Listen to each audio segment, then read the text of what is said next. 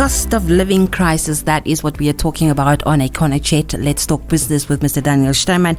If you have just tuned in, we have touched on what is the reason for, food prices to explode like it did as from 2022. And then also, what can we do about it? So we remain with the question, Mr. Daniel Steinmann. Will we get to normalize the situation or the crisis? Will we get back to the normal way of living instead of saying that it's a crisis? Elsabe, I'm so glad you referred to normal life or normal way of living, because the crisis that we are in is certainly not normal.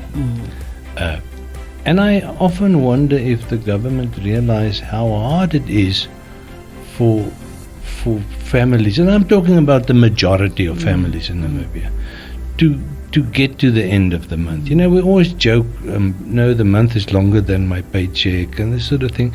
And usually when we joke about it, it means that maybe here by the 24th, 25th, we have to drink tea with sugar. We have to go slow on the pap that we make and the meat that we braai and so on. But we always know that somewhere between the 25th and the 30th we will pay. And that'll be sufficient to take care of what we need for the next month. And I come with this very clever economic analysis of no cessation. You stop buying certain products, or substitution. You switch from a product that your favorite, that you like, to something else that you don't know, that you're trying out.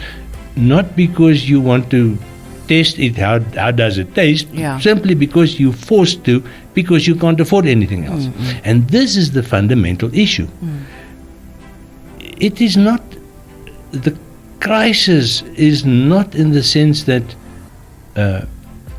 when will we be able to afford again those products that we need or that we like. The crisis is in the sense that the majority of families in Namibia is already so much on the edge that there's no room to maneuver.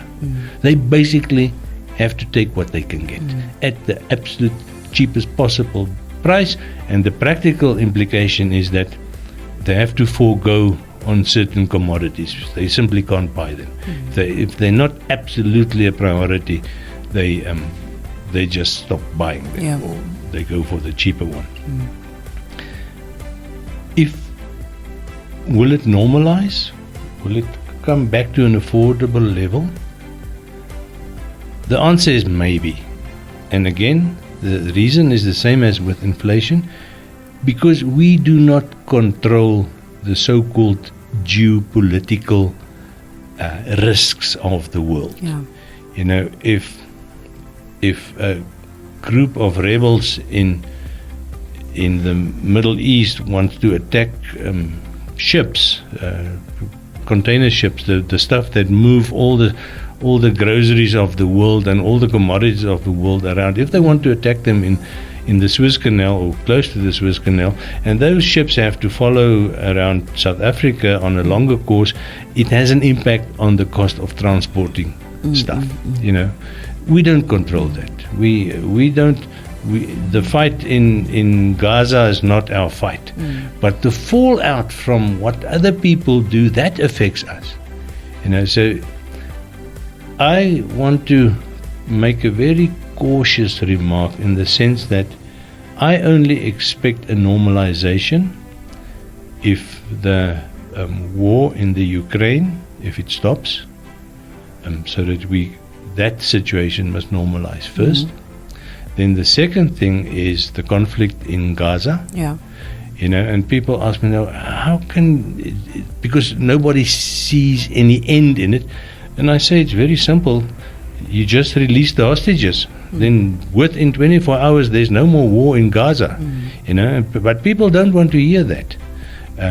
But because they say it's not our fight, and I make it sound as if it is such an easy solution. It is. All you need to all it takes is for Hamas to take the hostages that they still have and give them back to Israel. End of of conflict overnight, as in immediately. But I don't control it. It's not my fight. Yeah. But what affects me is the cost of transport. What affects me is the cost of petrol and diesel. Yep. What affects me is the cost of communications. You remember the 3 basics that I discussed last week? Energy. Those communication, affect and me. transport, yeah. Yes. But they are the result of conflicts in other parts of the world. Because that conflict is certainly not here. You know, so will it normalize? I certainly hope so. Will these conflicts come to an end? I certainly hope so. How they will end, I honestly do not have the guts to even try and predict how it will end. You know, you can say, yeah, Russia must just pull out of the Ukraine. Do you think they will do it? Nope. It doesn't look like it. You must. I can say Hamas must just release the hostages. I don't get the impression that they've considered doing that. You know, all the other conflicts in the world. I almost, from our own experience, I want to tell them, reconcile, talk to each other. There doesn't need to be a fight in northern Mozambique. It can be sorted out. I mean, 34 years ago, there was war in Namibia, and we thought it was impossible to resolve that, but we did, you know. And today we reap the benefits of that. So the answer is not an easy, just do this and do that. But I can tell you now that the cost of living crisis that we are experiencing will not change unless the conflict areas in the world is resolved first, so that the impact on those 3 economic fundamentals is lessened, comes down, or disappears. You know, but that you and I don't know. We will never know. But on that note, Mr. Daniel Steinman, thank you so much for coming through. And we can certainly never stop talking about the cost of living crisis. Maybe we will tap into it again anytime soon. So to our listeners, thank you so much for keeping it locked to the Power Station Energy 100. You can, of course, also go to economist.com.na for our previous talks, just for you to get up to speed to what is really happening in the world and also in Namibia in terms of the economy. So thank you everyone for tuning in. Until we meet again next time.